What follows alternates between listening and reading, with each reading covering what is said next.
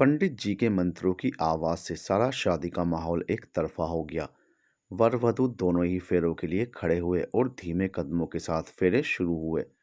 लोगों का फूलों की पंखड़ियों का फेंकना ऐसा था जैसे कोई मुझ पर पत्थर चला रहा हो। हाँ, वो वर मैं ही हूँ, अजीब सी बंदिशों में बंधा, उस शादी में जुड़ता हुआ जो मेरी मर्जी से नहीं हो रही है। ये तो एक जिद है, एक जीत की तरह है उसके लिए, जो मेरे पीछे चलकर फेरे ले रही है। मोनिका। कुछ ही देर में शादी पूरी हो गई और मोनिका मेरे साथ मेरे घर की ओर चल दी। शादी में वो एक चेहरा नहीं था जो मेरे जहन में अभी भी आ रहा है, और जो पूरी शादी में मेरे मन में ही था, सपना का चेहरा। मैं हैरान था ये जानकर कि आखिर कोई अपनी ही सहेली के साथ ऐसा कैसे कर सकती है, जो मोनिका ने सपना के साथ किया था। उसने सपना से मुझे छीन लिया था बस इसलिए कि वो सपना को हराना चाहती थी, और सपना भी लड़ी नहीं, हार मानकर खुद को पीछे कर लिया, और मेरे हालातों ने मुझे इस शादी के बंधन में बांध दिया। 2 दिन पहले ही तो मोनिका जीत के बाद अपना इनाम लेने आई थी, और सपना ठीक मेरे सामने थी। तो क्या तुम अब तैयार हो हमारी हाँ में हाँ मिलाने के लिए? मोनिका ने वार्ड में आते ही कहा था। मेरे सामने सपना खड़ी थी। शायद उसके होठों पर एक चुप्पी का ताला लग गया था जब से उसने मोनिका का ये रूप देखा था। हॉस्पिटल की बड़ी रकम जो मेरी कीमत थी इस शादी को हाँ कहने के लिए, मेरी माँ का इलाज मोनिका के दिए पैसों से हो पाया था, जिसके बदले में उसने सपना से मुझे मांग लिया था। माँ को होश में देखकर मन अपनी इस हार को भी कबूल करने लगा, और मैंने मोनिका को दिया वादा भी पूरा कर दिया। हो गई थी शादी, अब जीत गई थी मोनिका, सपना और मेरे रिश्ते से। तुम परेशान लग रहे हो, मोनिका ने अपने बदन पर चढ़े जेवरों को उतारते हुए मुझसे कहा। मैं चुप ही रहा, उसने भी जवाब मांगने की कोशिश नहीं की। देर रात मेरी आंख खुली तो मैं घर से बाहर चला आया और सपना के घर जा पहुंचा। तुम्हें यहाँ नहीं आना चाहिए था, सपना ने दरवाजे पर मुझे देखते ही कहा। मैंने बढ़कर उसे गले से लगा लिया तो उसने भी अपनी बाहों को मेरे इर्द गिर्द कस लिया। मैं जानता था उसे भी इसकी इतनी ही जरूरत है जितनी कि मुझे। मोनिका को तुम्हारा मुझसे इस तरह मिलना अच्छा नहीं लगेगा, सपना ने कहा और मुझसे दूर होने लगी। सपना प्लीज, बस कुछ देर के लिए, तुम सब पहले जैसा नहीं समझ सकती। वो मेरे पास आई और उसने गाल पर हाथ रखकर कहा। विहान, अब मोनिका ही तुम्हारी सब कुछ है, तुम्हें उससे नफरत नहीं करनी चाहिए। मैंने बात को काटते हुए कहा। ये क्या कह रही हो सपना, जो उसने किया है कोई दोस्त अपने दोस्त के साथ करता है क्या? सपना चुप थी। एक लंबी खामोशी हमारे दरमियान चली आई। उसने मुझे लौटने को कहा और मैं वापस घर चला आया। मोनिका अभी तक जागी हुई थी। मैंने उसे नज़रअंदाज किया और कमरे में दाखिल हो गया। चाहते तो हम तुम्हें कॉल कर सकते थे या माँ से कह सकते थे, पर हमने ऐसा कुछ नहीं किया, मोनिका ने दरवाज़ा बंद करते हुए कहा। तो मैंने भी चिढ़ते हुए जवाब दिया। तो किया क्यों नहीं कर लेती? वो मेरे पास आई और बोली, तुम हमसे इस तरह से बात नहीं कर सकते। मैं बस उसे देखता रहा तो उसने कहा, हमें मालूम है तुम किससे मिलने गए थे। मैंने उसका कहा हुआ आगे कुछ नहीं सुना, जाकर बिस्तर पर लेट गया। कुछ देर यूं ही लेटे रहने के बाद याद आने लगा वो दिन जब मैं सपना से मिला था। तब मेरे लिए ये शहर नया था। अभी हफ्ता भर ही हुआ था मुझे इस शहर में। मैं बस से कहीं जा रहा था, मेरी माँ की तबीयत खराब थी, मुझे उनका इलाज करवाना था, इसलिए शहर का रुख किया था। बस में मेरी नज़र एक लड़की पर काफ़ी देर से थी, होती भी क्यों नहीं, अजीब सी थी वो। सारी सीटें भरी होने की वजह से वो कुछ मेरे जैसे बाकी लोगों की तरह खड़ी थी, पर काफ़ी मुश्किल से। दरअसल उसके हाथ में मोबाइल था जिसके ईयरफोन के तार उसके कानों तक गए थे। खुले बाल थे जिनसे वो परेशान थी। दूसरे हाथ में कुछ छोटे छोटे डब्बे थे, कुछ वैसे ही डब्बे जो शायद स्कूल के बच्चों के पास होते हैं। वैसे बस काफ़ी हिलडुल रही थी। तभी एक तीखे मोड़ पर बस के मुड़ने से उसका बैलेंस बिगड़ा और उसके हाथ से डिब्बे और मोबाइल गिर गए। सब उसे देखकर अजीब तरह से बातें करने लगे। शायद किसी ने ये भी कहा कि और सुनो गाने, कानों को ईयरफोन से ढके रहो। उस लड़की ने कुछ नहीं कहा, लेकिन डिब्बे और मोबाइल उठाते वक्त उसकी नज़र मुझसे टकराई थी। उसने मुझे भी वही समझ लिया था जो ऐसा कह रहे थे। वो मेरे पास आई और बोली, जब सही से कुछ पता ना हो तो यूं उल्टा सीधा नहीं कहा करते।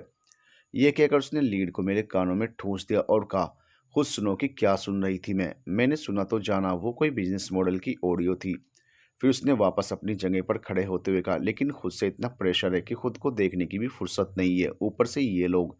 मैंने आगे बढ़कर उसका एक डब्बा जो गिरकर मेरी तरफ चलाया था उसे उठाकर देते हुए कहा, जी ये आपका। उसने वो ले लिया पर कुछ नहीं कहा। तो मैंने ही कहा, एक वक्त में एक काम करें तो बेहतर रहेगा। मैं इतना कहकर दरवाजे तक चला गया अगले स्टॉप पर उतरने के लिए। तब मैंने सुना किसी ने पीछे से उस लड़की को कहा था, अरे उसने तो ऐसा कुछ नहीं कहा था, आपने गलत समझ लिया, वो तो दूसरे लड़के ने कहा था, वो तो उतर भी गया है। अगले दिन मैंने उसे फिर से अपने बस स्टॉप पर देखा था। मुझे देखकर वो पहचान गई और मेरे पास आकर बोली, अच्छा हुआ तुम दिख गए, कल के लिए सॉरी कहना है, अक्सर तुम्हें देखा है इस स्टॉप पर। मैंने कहा, इस बड़े शहर में लोगों के पास सॉरी कहने का भी वक्त है क्या? वो मुस्कुरा दी और भागती दौड़ती गाड़ियों को देखकर बोली, नहीं है वक्त लोगों के पास, लेकिन कुछ लोगों के पास हमेशा वक्त है। फिर क्या था, कुछ और मुलाकातें मुझे सपना के ऑफिस में जॉइनिंग तक ले गई। उसने मेरी सिफारिश की थी। उसने कहा था कि जो कंपनी की हेड है वो उसकी दोस्त है। उसी के कहने पर तो मुझे एक अच्छी खासी पोस्ट मिल गई थी। फिर शुरू हुआ था सपना और मेरी बातों और मुलाकातों का सिलसिला। सुबह मेरी आंख मोनिका की तेज आवाज से खुली। मैं कमरे से बाहर गया तो देखा वो घर में कई सामान मंगवा चुकी थी और उन्हीं सबको शिफ्ट करवा रही थी। ये सब क्या हो रहा है? मैंने बिना उसकी तरफ देखे कहा। उसने जवाब भी मेरी तरफ देखे बिना ही दिया, बस अपने रहने के लिए इंतजाम, ये फ्लैट अब घर बना कर रहेंगे। मैं माँ के कमरे में गया। माँ अब भी सो रही थी। मैं उनके पास गया और उनके सिरहाने बैठ गया तो माँ जाग गई। उन्होंने अपना हाथ मेरे गाल पर रख कर कहा, तू कब से बैठा है? मैंने कहा, बस अभी माँ। बाहर से आती मोनिका की आवाज़ सुनकर उन्होंने कहा, ये बहू इतनी तेज़ आवाज़ में क्यों बोल रही है? मैंने उन्हें बाहर लाते हुए कहा, आपकी बहू अपने घर को सजा रही है महंगे सामानों से। मेरी बात में तल्खी थी, पर उन्होंने बस इतना कहा था, देख बेटा ये उसका घर है, अब वो अपने मन से ही सब करे तो अच्छा है। मोनिका माँ के पास आई और पैर छूकर बोली, माँ हमने आपको जगा दिया क्या? तो माँ ने उसे प्यार करते हुए कहा, अरे मुझे तो लगा था कि तू सवेरे नहीं उठेगी क्योंकि ये आज का नया ज़माना है। मोनिका माँ से बोली, माँ अब ऑफिस के लिए निकलना है इसलिए सवेरे सवेरे ये सब मंगवा लिया। वो इतना कहकर निकल गई। मैं अब भी नाश्ता कर रहा था। माँ ने मेरे पास आकर कहा, जल्दी जल्दी में शादी हो गई इसलिए उसे छुट्टी नहीं मिली। मैंने बस मन में कहा, हाँ आज पार्टी है ना ऑफिस में। सारा दिन बस यही ख्याल आता रहा कि किस तरह सपना के साथ अपनी पहचान को बढ़ाने की ख्वाहिश की थी और अब मैं कहाँ आ गया था। सपना के साथ काम करते और उससे मुलाकात करते पता ही नहीं चला कब उसकी सादगी मेरे दिल में घर कर गई, कब बस उसी का नाम होठों पर आकर ठहरने लगा। याद है वो दिन जब मैंने एक शाम बाहर जाने की बात उससे कही थी, तुम चाहते हो कि हम तुम्हारे साथ डेट पर चलें? सपना ने पहले तो ये कहकर मुझे परेशान किया, फिर बोली, अच्छा कहाँ चलोगे? तो मैंने कहा था, अब तुम्हारा शहर है, तुम बताओ कहाँ जा सकते हैं। वो कुछ कहती कि उससे पहले ही ऑफिस में मोनिका चली आई। उसके आते ही ना जाने क्यों हर कोई काम में उलझा हुआ दिखना चाहता था। सपना ने मोनिका के सामने मुझे डांटने का नाटक किया। वो बोली, अगली बार सही से करना, ये 2 बार समझा दिया है, अब जाओ। मोनिका अंदर आकर सपना से बोली थी, सपना एक प्रोजेक्ट के लिए हमें आज ही निकलना है, पीछे से ऑफिस का ध्यान रखना। मोनिका के जाते ही सपना ने कहा, डांटने के लिए सॉरी। मैंने मजाक में कहा, अब अपनी पोस्ट का फायदा उठा रही हो और क्या। उसी शाम वो मेरे साथ बाहर चली आई थी डेट पर। उस शाम उसका हाथ थामकर चलते हुए लगा ही नहीं था कि वो एक दिन मेरी जिंदगी से दूर हो जाएगी या दूर कर दी जाएगी। मोनिका देर रात घर लौटी। माँ सो गई थी, पर मैंने उसके देर से आने पर सवाल किया, लेकिन उसने कुछ नहीं कहा। और जब वो मेरे करीब से गुजरी तो मुझे उससे आई महक ये बता गई कि उसने ड्रिंक की थी। वो कमरे में जाकर सो गई थी और मैं भी ना जाने कब सोफे पर बैठे बैठे सो गया। कुछ दिनों बाद, मैडम सपना मैम को ऑफिस से क्यों निकाला गया, सब ये जानना चाहते हैं। स्टाफ मीटिंग में कुछ कलीग्स ने मोनिका से सवाल किया। मैं भी वहां मौजूद था। एक एम्प्लॉय होने के नाते मैंने मन में कहा, अब जवाब दो। मोनिका ने एक नज़र मुझे देखा और बोली, सपना अपने काम से छुट्टी पर है, वापस आते ही वो ज्वाइन कर लेगी, आप सब चिंता ना करें। इस बात से सभी को कुछ संतुष्टि तो हुई, पर मैंने मीटिंग के बाद मोनिका से कहा, तुम झूठ बोल रही थी ना? मोनिका मेरी बात सुनकर चलती रही, रुकी नहीं। लिफ्ट में जाने से पहले उसने कहा, Viaan if you want promotion then work hard. उसकी तीखी मुस्कान मुझे अंदर तक भेद गई। रह रहकर काम के बीच सपना का ख्याल आ रहा था, कितने अच्छे पल साथ बिताए थे हमने। यूं ही एक शाम उसने मूवी जाने का प्लान बनाया था। मुझे लगा था वो बस मेरे साथ जाएगी, लेकिन उसने तो करीब सारे कलीग्स के लिए ऐसा किया था।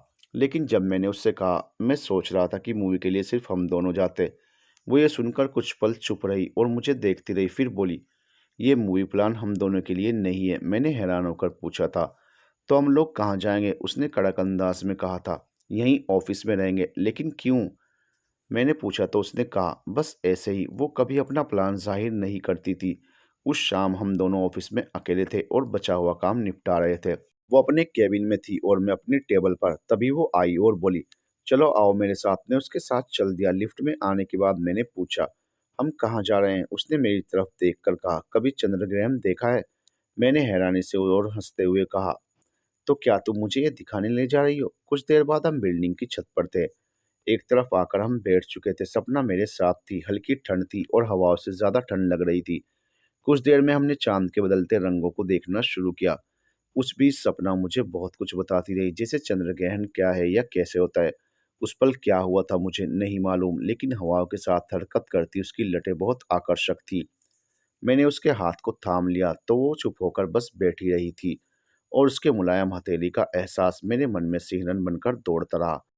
वो पल एक अलग सा पल था, ऐसा लम्हा जब हम इस दुनिया से कहीं दूर ही निकल गए थे। कोई सच्चाई, कोई हकीकत से वास्ता नहीं था, बस एक एहसास था कि ये जो हाथ है मेरे हाथों में, मैं उसके साथ सारी जिंदगी रहना चाहता हूँ। ठंड की वजह से वो मेरे थोड़ा और करीब हो गई थी। अब हम चांद का जिक्र नहीं कर रहे थे, बस चुप थे। कुछ पल इधर उधर देख रहे थे तो कुछ पल एक दूसरे को। सपना, मैंने उसका नाम लिया तो वो बोली, हाँ, जैसे कुछ सुनना चाहती हो, और उतनी ही बेचैन हो जितना कि मैं उसे कहने के लिए। सपना, लोग कहते हैं आप जिंदगी में जिनसे मिलते हैं उनसे मिलना तय होता है। मैंने उसकी आंखों में देखकर कहा तो उसने प्यार से पूछा, जैसे? मैं एक पल बस उसे देखना चाहता था, उसकी बड़ी बड़ी गहरी आंखों में खो जाना चाहता था। उसका हाथ मेरे हाथ को कस रहा था। मैंने कहने के लिए अल्फाज जुटाए ही थे कि उसके फ़ोन की घंटी माहौल में शोर करने लगी। हम दोनों जैसे एकदम से कहीं से लौट आए। अब हमारे हाथ अलग थे। उसने फ़ोन उठाया। फ़ोन पर मोनिका थी। वो बाहर से लौट आई थी। सपना को उसे लेने एयरपोर्ट पर जाना था। वो फ़ोन रखकर उठी तो मैंने उसका हाथ पकड़ लिया। वो बस प्यार से बोली थी, बहुत खूबसूरत शाम है ना विहान। फिर हम नीचे चले आए थे। मैं घर लौट गया था और सपना अपने काम से चली गई थी। वर्तमान। अरे सपना मैम आ गई। कुछ साथ में काम करने वाले लोग ये कहने लगे तो मेरा ध्यान ख्यालों की बीती दुनिया से हकीकत में आया। हेलो मैम, वेलकम मैम, सब उसे देखकर यही कह रहे थे। आखिर वो सबकी चहेती थी। हर एक कलीग उसकी बहुत इज्जत करता था और हर एक बात मानता था। सपना ने मेरी तरफ नहीं देखा तो मुझे बुरा तो लगा, लेकिन मैं जानता था वो ऐसा करने में कितनी कुछ बर्दाश्त कर रही थी। मैं किसी काम के बहाने सपना के केबिन में गया। उसे देखकर मैंने कहा, सपना। उसने बड़े ही रूखेपन से जवाब दिया, ये ऑफिस है Vihaan, and I am your senior, तो मैम कहो। मैंने दरवाजे को बंद किया, उसके पास गया और बोला, सपना, ये तुम नहीं कह रही हो? सपना चुप थी। उसकी आंखें भरने लगी तो मैंने ही थोड़ा ठहर कर कहा, ठीक है। फिर मैंने सामने कुछ फाइलें रख कर कहा, ये कुछ फाइलें हैं मैम, आप चेक कर लेना। कहकर मैं अपनी जगह पर लौट आया। वक्त यूं ही गुजरता रहा। कुछ दिन, अब कुछ महीने हो चुके थे। आज घर जल्दी चले आना बेटा, आज मोनिका ने व्रत रखा है, माँ ने मुझे ऑफिस जाते वक्त कहा था। और अब तक मेरे मन में ये बात घूम रही थी, व्रत और मोनिका। ऑफिस में मैंने देखा मोनिका इंटरनेशनल कंपनी के साथ डील करने के लिए कंपनी में प्रेजेंटेशन दे रही थी। मैं भी वहाँ मौजूद था। सपना भी थी। प्रेजेंटेशन के बाद डील फाइनल हो गई। कंपनी के हेड ने मोनिका से खुश होकर कहा, क्या बात है मोनिका, मुझे गर्व है कि तुम जैसा इस कंपनी को संभाल रहा है। आज शाम की पार्टी में तुम्हें जरूर रहना है। मोनिका जी जरूर कहकर चली गई। मैं रात को घर में आके कहने से वक्त पर आ गया था, पर मोनिका नहीं आई थी और उसका फोन भी नहीं लग रहा था। वो आए चाहे ना आए, मुझे इस बात से कोई प्रॉब्लम नहीं थी, लेकिन मुझे माँ की फिक्र थी। वो अब तक ना जाने कितनी दफा दरवाजे तक जाकर लौटी थी कि उनकी बहू अब आती होगी। हाँ, वो नहीं आएगी। आज कंपनी ने ऑफिस में पार्टी दी है, वो वही है, मैंने नाराजगी में कहा और कमरे में जाने लगा। लेकिन तभी मोनिका घर में आई। आते उसने माँ के पैर छुए और बोली, सॉरी माँ, सबने जिद करके बहुत देर कर दी। मैंने ये सुनकर तल्खी में कहा, तो अब खाना निकालो माँ, जिसका इंतजार किया वो तो पार्टी इंजॉय करके आ रहा है।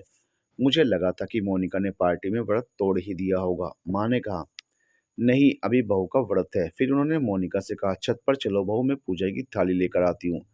मैं भी मोनिका के पीछे छत पर आ गया। उसे देखकर मैंने कहा, क्या सच में तुमने पार्टी में कुछ नहीं खाया? वो चुप थी। वो नारंगी रंग के सूट में थी। चांद के निकलते ही रोशनी बिखर रही थी हर तरफ। माँ आई और मोनिका को पूजा करने का तरीका बताया। जब मोनिका ने मुझे उछलने से देखा तो ना जाने मुझे उसकी आंखों में क्या दिख गया, कुछ छलकता हुआ सा था। मुझे यकीन इस बात का भी नहीं था कि मोनिका ये सब कर सकती है। आखिर क्यों वो मेरी माँ के सामने एक अच्छी बहू होने का नाटक कर रही है? देर रात जब मेरी आंख खुली तो मैंने मोनिका को देखा। वो गहरी नींद में थी। मैं उठकर बाहर चला आया। मोनिका का मेरी नज़र में चुभना शुरू से ही था, या शायद तब से, जब उसने ये जान लिया था कि सपना और मैं आपस में दोस्त से कुछ ज़्यादा हैं।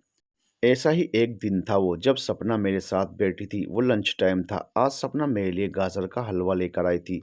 उसने जब अपने हाथ से मुझे खिलाया तब ऐसा लगा जैसे वो मेरे दिल के बहुत करीब होती जा रही है।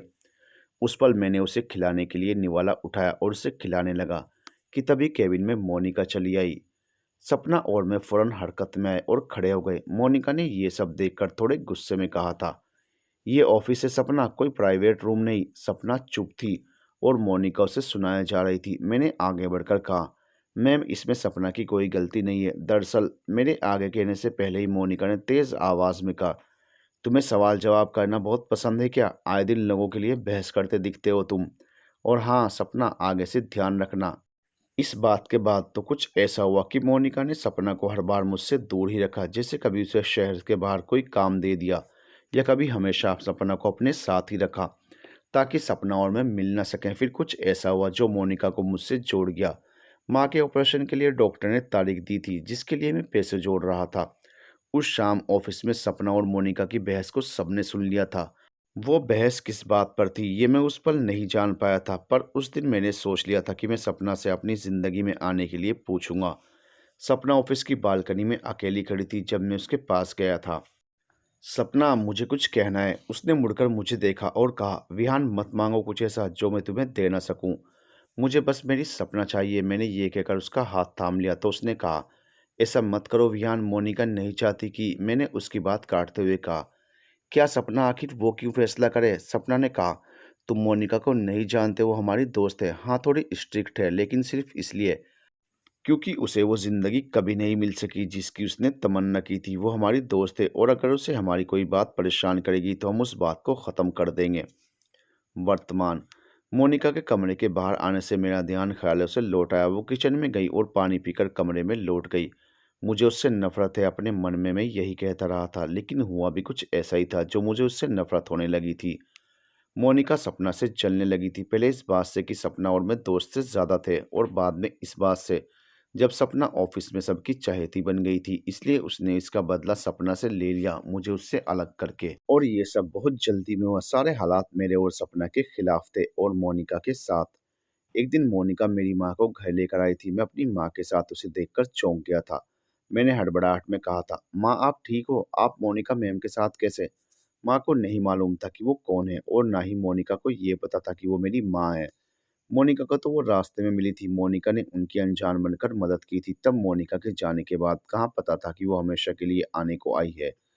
उस शाम बरसात हो रही थी। डॉक्टर ने माँ के ऑपरेशन की तारीख अगले महीने रखी थी, लेकिन अब तक मैं पैसे नहीं जुटा पाया था। मैंने ऑफिस में मोनिका मैम से 2 दिन पहले ही कहा था, माँ के ऑपरेशन के लिए मुझे पैसों की ज़रूरत है। मोनिका ने अपनी नज़रें फाइलों में गड़ाए हुए कहा था, तुम्हारी ज्वाइनिंग को अभी ज़्यादा वक्त नहीं हुआ है, ये अमाउंट देना मुश्किल है, आई एम सॉरी।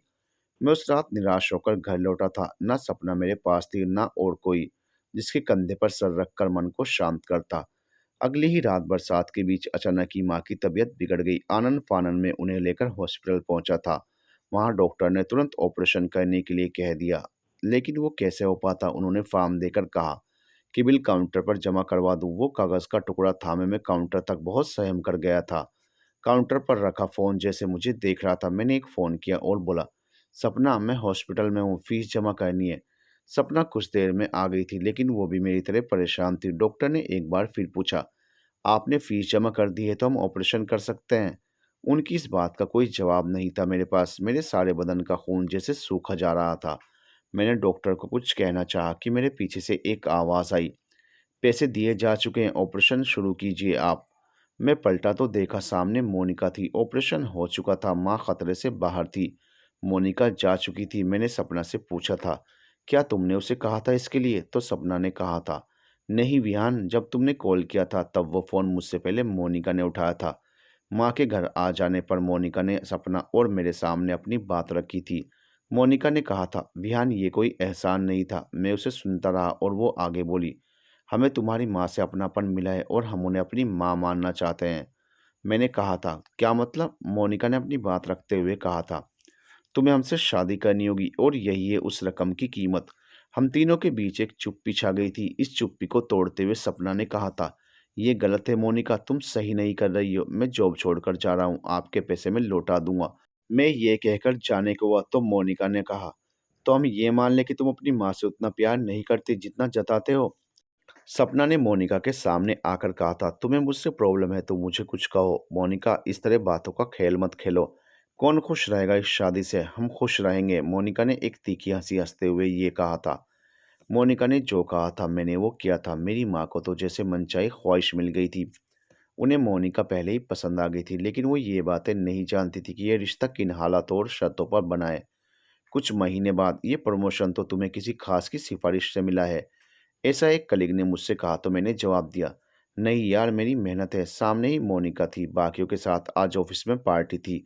सपना एक तरफ खड़ी थी, मेरा ध्यान उसी पर जा रहा था कि मोनिका मेरे पास चली आई और मुबारकबाद देते हुए बोली, कॉन्ग्रेचुलेशन। मैंने बस एक रूखा सा शुक्रिया किया था और वहाँ से आगे बढ़ गया। मैं अब सपना के पास जाकर खड़ा था। वो बोली, अरे वाह, अब तो तरक्की पर हो। मैंने मुस्कुराते हुए कहा, समझ नहीं आता खुश हूँ या फिर उदास। उसने मोनिका को देखकर कहा, मोनिका, और तुम्हारे बीच सब कैसा है? मैंने बिना सोचे कहा, कुछ होगा तब तो बताऊंगा, लेकिन एक बात समझ नहीं आती सपना। सपना ने पूछा, कौन सी बात?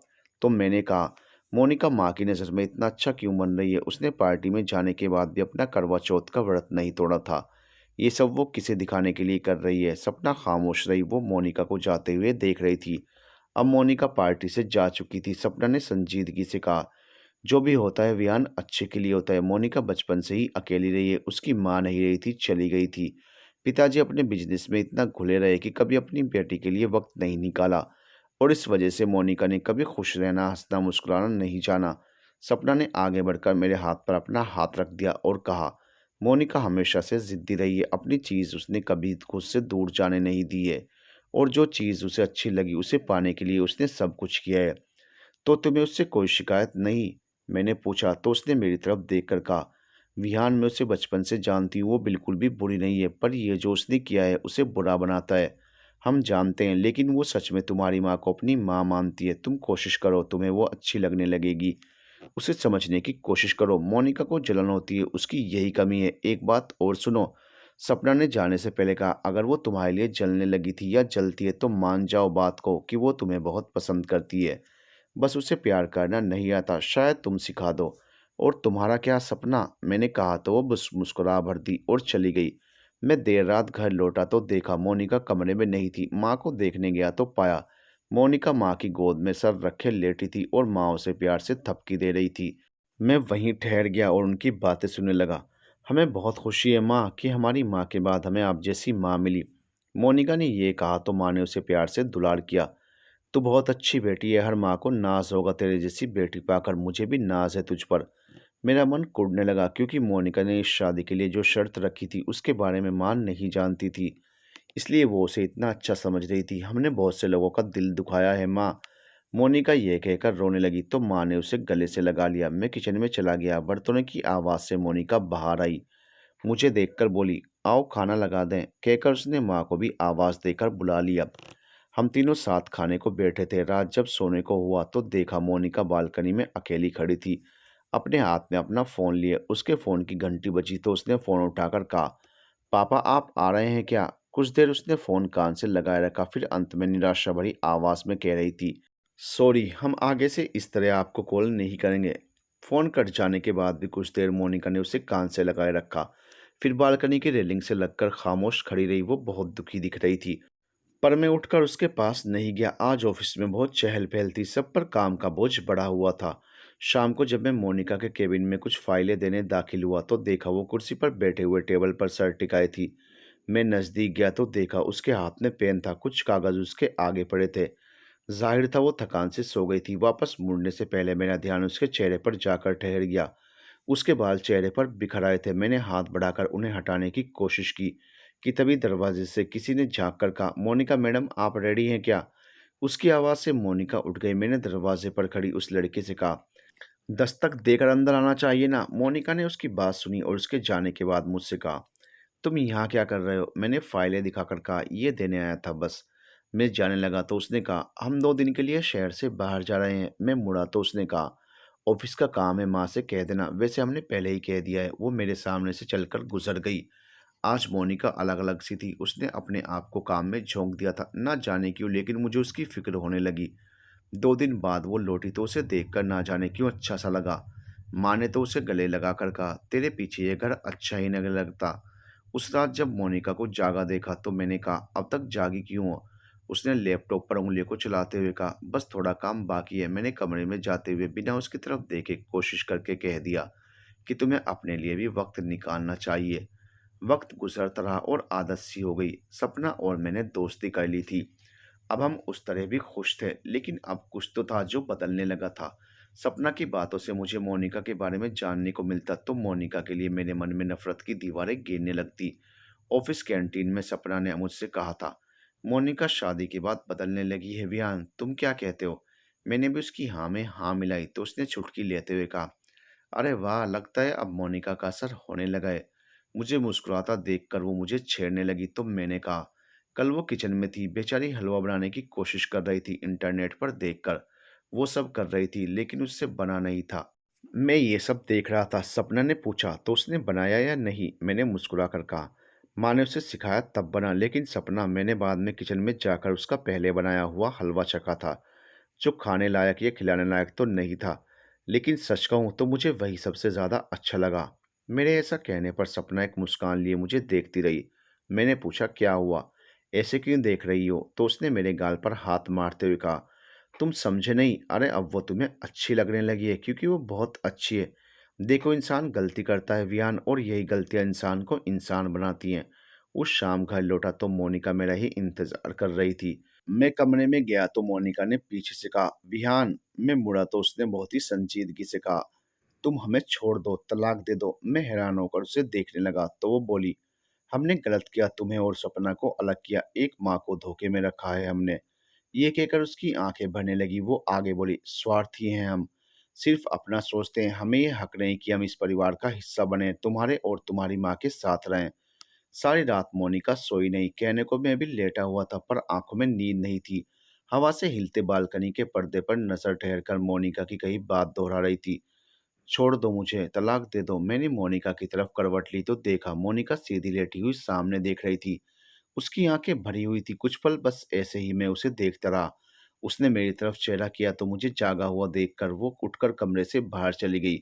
दिल बैठा जा रहा था, लेकिन क्यों, ये मैं नहीं समझ पा रहा था। मोनिका के मन में कुछ तो दर्द है जो अब उसकी आंखों से बह रहा है। कोई तो बात है जिस वजह से अब वो अपने किए पर शर्मिंदा है। लेकिन शादी कोई खेल तो नहीं जो एक से की भी तोड़कर अलग हो गए। मुझे डर माँ के सवालों का था। क्या कहूँगा जब वो पूछेंगी कि बहू कहाँ है? एक अजीब सा खालीपन मन में बस गया था। अगली सुबह काफी सवेरे ही मोनिका ऑफिस के लिए निकल गई।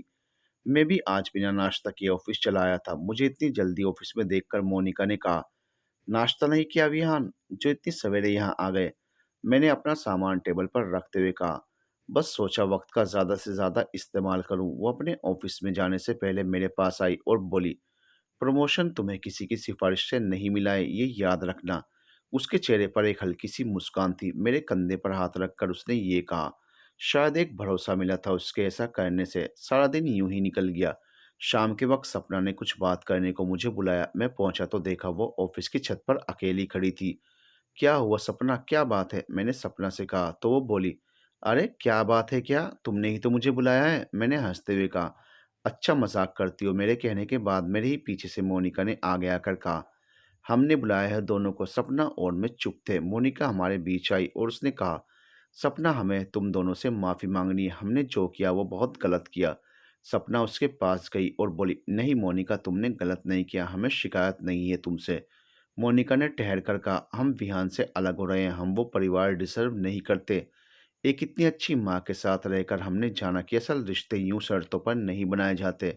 मैं चुप था। मोनिका जा चुकी थी। अब सपना ने मुझे समझाते हुए कहा, तुम्हें उसे रोकना होगा विहान। मुझे चुप देखकर उसने कहा, मोनिका तुम्हारे साथ रहना चाहती है विहान, तुम्हें समझना होगा। मैंने कड़वाहट में कहा, रहना है तो वो तलाक क्यों चाहती है? अब जो चल रहा था आगे भी चल सकता था ना। फिर सपना मेरे करीब आई और बोली, उसे अब एहसास हो गया है, अब वो ये रिश्ता दिल से चाहती है, लेकिन वो जानती है तुम उसे माफ़ नहीं करना चाहते, इसलिए वो जाना चाहती है। लेकिन अगर तुम उसे प्यार से देख भी लोगे ना तो मुझे भरोसा है वो नहीं जाएगी। 2 दिन बाद की दोपहर थी। वो आज ऑफिस नहीं था। मोनिका और मैं घर पर ही थे। माँ बाहर गई थी कहकर कि वो मंदिर जा रही हैं। ये लो एक कॉफ़ी का कप, मैंने मोनिका की तरफ बढ़ाते हुए कहा और बालकनी पर चलाया। उसने कप हाथ में ले लिया और वैसे ही खड़ी रही। कुछ पलों की खामोशी थी हमारे बीच। मैंने उसी के बीच पूछा, तुम्हारे पिता अमेरिका में हैं? मोनिका ने हाँ में जवाब दिया। मैं सुनकर चुप हो गया तो उसने मेरी तरफ देखकर कहा, तुम्हारे पिता? मैंने जवाब में कहा, मेरी माँ को छोड़कर चले गए थे किसी और के साथ। मोनिका एकटक मेरी तरफ देखती रही तो मैंने कहा, कभी उनकी कमी नहीं लगी? क्योंकि अभी वक्त नहीं मिला कमी महसूस करने के लिए। और फिर बहुत वक्त गुजर गया, अब माँ ही सब कुछ है। मेरे होंठों पर एक हल्की मुस्कान देखकर मोनिका भी चेहरे पर जरा सी मुस्कान ले आई। मैं उसके हाथ से खाली कप लेने को हुआ तो उसने कहा, पापा अमेरिका में अपने पत्नी और बच्चों के साथ हैं। ये सुनकर मेरे हाथ उसके हाथ के कप पर से हट गए। मैं वहीं उसके साथ खड़ा होकर उसे सुनने लगा। वो हमेशा विदेश में ही रहना चाहते थे, लेकिन उनकी अरेंज मैरिज उनके रास्ते में थी। मोनिका की पलकें भीगने लगी थी। हवा के हल्के झोंके मोनिका के खुले बालों को उलझा रहे थे, जिन्हें उसने कानों के पीछे करते हुए कहा, माँ एक कम पढ़ी लिखी गृहस्थी संभालने वाली औरत थी। पापा को वो पसंद नहीं थी। हमारे जन्म के बाद वो इस दुनिया से चली गई थी। मोनिका के ये कहते ही मेरी आंखों के कोर आंसू से भरने लगे। उसकी तरफ नजर की तो देखा दो आंसू की लकीरें उसके गालों पर भी थी। मैंने बड़े भारी मन से पूछा, फिर? उसने एक नजर देखा और बोली, पापा ने सारे रिश्तेदारों से नाते खत्म कर लिए और यहाँ शहर चले आए। हमें एक बोर्डिंग स्कूल में डाला गया। स्कूल में कई बार बच्चे अपने माँ बाप के नाम कोई लेटर लिखते थे, पर हमें मालूम नहीं था कि लेटर में हम अमेरिका का पता कैसे लिखें। हल्की गड़गड़ाहट के साथ हल्की बूंदाबांदी शुरू हो गई। मोनिका और मैं उन्हीं नन्ही बूंदों को देखने लगे। मैंने एक नज़र फिर उस पर डालकर कहा, मोनिका वो लौटे नहीं कभी? मोनिका ने एक गहरी सांस भरकर कहा, नहीं, उन्होंने वहां जाकर शादी कर ली थी। वहां की सिटीजनशिप मिल जाने के बाद वो लौटे नहीं। ये बात हमें तब पता चली जब हम कॉलेज में थे, और उनकी शादी तभी हो गई थी जब उन्होंने हमें बोर्डिंग में डाला था। बारिश अब तेज थी। बिल्डिंग के बच्चे बारिश में खेल कूद रहे थे और मोनिका ने कहा, फिर जिंदगी बहुत बिजी सी हो गई और ये सब काम करते करते पता ही नहीं चला कि हम अकेले होकर रह गए हैं। कभी कोई किसी मोड़ पर हमें मिला नहीं। फिर उसने मेरी तरफ देखा और कहा, हमें माफ कर देना विहान, हमें अहंकार हो गया था कि हम सब कुछ पा सकते हैं, फिर छीन कर ही क्यों न मिले। लेकिन माँ से मिलकर ये जान लिया कि प्यार और रिश्ते छीने नहीं जाते। मोनिका ने यह कहकर अपनी भीगी आंखें साफ की और कमरे में चली गई। बारिश में बिल्डिंग के सामने रास्ते पर एक बूढ़ी औरत को बारिश से बचकर चलता हुआ देखा तो मुझे माँ का ध्यान आया। मैं जल्दी से कमरे में गया और मोनिका से बोला, मोनिका, माँ अभी तक नहीं आई है ना? मोनिका मेरे सामने आई और बोली, हाँ विहान, काफ़ी वक्त हो गया है, वो तो मंदिर गई थी। अब तक तो आ जाना चाहिए था। हम दोनों ही परेशान से हो गए। बाहर बारिश हो रही थी और माँ अक्सर रास्ते भूल जाया करती थी। हमें इस बात से उलझन हो गई थी। अगले ही पल हम दोनों माँ को ढूंढने के लिए बारिश में रास्ते पर निकल आए। मंदिर तक गए और आसपास हर तरफ माँ को ढूंढा, लेकिन वो हमें नहीं मिली। मोनिका ने घबराहट में कहा, माँ कहाँ है विहान? मैंने उसे देखकर कहा, हम उन्हें ढूंढ लेंगे मोनिका। मोनिका माँ की तस्वीर लेकर आसपास के लोगों से पूछने लगी और इधर मैं उन्हें ढूंढने लगा, लेकिन कुछ पता नहीं चल रहा था। मोनिका और मैं अब अलग अलग होकर माँ को ढूंढ रहे थे। अब रात होने लगी थी। बारिश अब कम होने लगी थी। लोगों की भीड़ अब पहले से ज़्यादा थी। काफ़ी जगह देख लेने के बाद भी माँ का कुछ पता नहीं चला तो मैं रास्ते के बीच में खड़ा जम गया। समझ में नहीं आ रहा था कहाँ है माँ। उन्हें अक्सर रास्तों को पहचानने में दिक्कत होती है, कहीं भटक ना जाए। मुझे याद आया जब मोनिका पहली बार माँ के साथ घर आई थी तब भी यही हुआ था। माँ को रास्ता याद नहीं रहा था और कहीं और ही निकल गई थी। तब मोनिका ने उन्हें घर तक पहुंचाया था। मेरी नज़र सामने से आती मोनिका पर पड़ी। वो थकी हारी मायूस सी लगी। मुझे देखकर मेरे पास आई और रुआंसी होकर बोली, विहान माँ। वो मेरे सीने से लग गई। उसके मन में बहुत डर था माँ को लेकर। मैंने उसे थाम लिया और उससे बोला, ऐसे हिम्मत मत हारो मोनिका, ज़रा याद करो जब तुम्हें माँ पहली बार मिली थी तब तुम्हें उन्हें सही पते पर कैसे लेकर आई थी। मोनिका ने कुछ पल सोचा और बोली, उन्होंने बिल्डिंग का नाम लिया था, वो जगह पहचानी हुई थी विहान, इसलिए हम उन्हें ले जा पाए। इतना कहकर वो ठहर गई तो मैंने पूछा, क्या हुआ मोनिका, कुछ याद आया क्या? उसने अपने गीले बालों को चेहरे से हटाते हुए कहा, हमने माँ की इस कंडीशन को ध्यान में रखकर उन्हें एक पर्ची दी थी। वो पर्ची उनकी उस छोटी सी दवाई के पाउच में रखी थी हमने, ताकि वो उसे हमेशा अपने साथ रखें। मैंने मोनिका को देखकर कहा, मतलब उन्होंने अब तक किसी से हेल्प ले ली होगी। तुम कमाल की हो मोनिका। मैंने ये कहकर उसे बाहों में भर लिया। तभी कुछ पल बाद ख्याल आया कि हम अलग होने वाले हैं, तो ये जज्बात क्यों? हम दोनों फिर अलग हुए तो कुछ असहज से हो गए। मैंने कहा, अब चलो घर चलते हैं, वो वहीं होगी। मोनिका ने हाँ कहा और हम घर की तरफ चल दिए। रास्ते में हर जगह पानी भरा था। हर कोई संभल संभल कर चल रहा था। अपनी बिल्डिंग के नीचे भी पानी भर गया था। उसके बीच से गुजरने के लिए कुछ ईंटें रखी हुई थी। लोग उन पर ही पैर रखकर आना-जाना कर रहे थे। मेरे पीछे मोनिका थी। 2 ईंट पार करके जब मैं पीछे मुड़ा तो देखा मोनिका के कदम लड़खड़ा गए। मैंने बढ़कर उसका हाथ पकड़ लिया और वो गिरने से पहले संभल गई। उसने मेरी तरफ देखा और मैंने उसकी आँखों में उसका हाथ मैंने मजबूती से पकड़ रखा था। अभी हम एक-दूसरे को ही देख रहे थे कि ऊपर वाली मंजिल की बालकनी से माँ की आवाज़ गूंजी। कहाँ थे दोनों? आओ ऊपर बताते हैं दोनों को। उन्हें देखकर हम दोनों की जान में जान आई। हम जल्दी से ऊपर गए। माँ को देखकर मोनिका से रहा नहीं गया। वो जाकर उनके गले से लग गई। अरे क्या हुआ बेटा? मेरे लिए परेशान थी? माँ ने पूछा तो मोनिका ने उन्हें खुद में और कस लिया। मैं उनके पास गया और उनका हाथ पकड़कर बोला, क्या माँ आप बिना डरा दिया था हम दोनों को? कहाँ थी आप? अपने घर में दाखिल होते हुए उन्होंने कहा, अरे थे तो मंदिर में ही, लेकिन बारिश होने लगी। पहले धीरे-धीरे हो रही थी। मैंने सोचा कि घर पहुँच जाऊँगी, लेकिन फिर रास्ता ही भूल गई। सीधे हाथ की जगह उल्टे हाथ मुड़ गई थी। फिर कैसे-कैसे करके याद आया, बहू ने एक पर्ची रखी थी मेरे पास, तब उसी को दिखाकर यहाँ तक पहुँची। उन्होंने हम दोनों को एक साथ खड़े देखकर थोड़े मज़ाक और थोड़ी नाराज़गी से कहा, लेकिन तुम दोनों ढूँढ नहीं पाए, कहाँ थी मैं? हम दोनों चुप रहे तो माँ किचन में चली गई। मैंने अपने बगल में खड़ी मोनिका को देखा और उससे बोला, मानता हूँ माँ को रास्ते में नहीं ढूंढ पाया, लेकिन जिसे ढूंढ लिया है उसे खोना भी नहीं चाहता। मोनिका ने मेरी तरफ चेहरा किया तो मैंने उसके हाथ को थाम कर कहा, मेरी माँ को मुझसे भी ज्यादा प्यार करती हो तुम। कोई भी इस परिवार में तुम्हारी जगह नहीं ले सकता मोनिका। मेरे ऐसा कहने से उसकी आंखें भर आई, पर उसके होंठों पर मुस्कुराहट आ गई। अब दोनों खड़े रहोगे या आज खाना मुझे ही बनाना पड़ेगा? माँ ने किचन से आवाज दी तो मोनिका ने मेरे नजदीक होकर कहा, कोई स्पेशल फरमाइश आज के खाने के लिए? मैंने हंसते हुए कहा, अगर कहूंगा तो तुमसे बनेगा। वो मुस्कुराई और बोली, माँ है ना, वो हेल्प कर देंगी। और वो और कहकर चुप हो गई। तो मैंने पूछा, और क्या? ने किचन की तरफ जाते हुए कहा, और ये कि अगर खराब भी बना तो तुम तो खाओगे ना उसे? हलवे को भी तो हम ठीक से नहीं बना पाए थे। वो होठों पर मुस्कान लिए किचन में चली गई और मैंने मुस्कुराते हुए खुद से कहा, तो वो सब जानती है। रात का खाना लजीज था। हम तीनों आपस में बहुत सारी बातें करते रहे। एक खुशी का परिवार बन गए थे हम उस रात। बालकनी में खड़ी मोनिका को देखकर मैं बालकनी में चला आया। उसने मुझे देखा। एक बार फिर उसके होठों पर मुस्कान चली आई और उसने अपने फोन से पापा लिखा हुआ नंबर मिटा दिया। फिर एक गहरी सांस भरकर वो मेरे करीब हुई और मेरे कंधे से अपना सिर टिकाकर कहा, शुक्रिया। और मैंने उसे बाहों में कसकर कहा, मोनिका मैम शुक्रिया नहीं कहते अपने पति को। वो ये सुनकर हंस दी और बोली, और मैम नहीं बोलते अपनी पत्नी को। The end.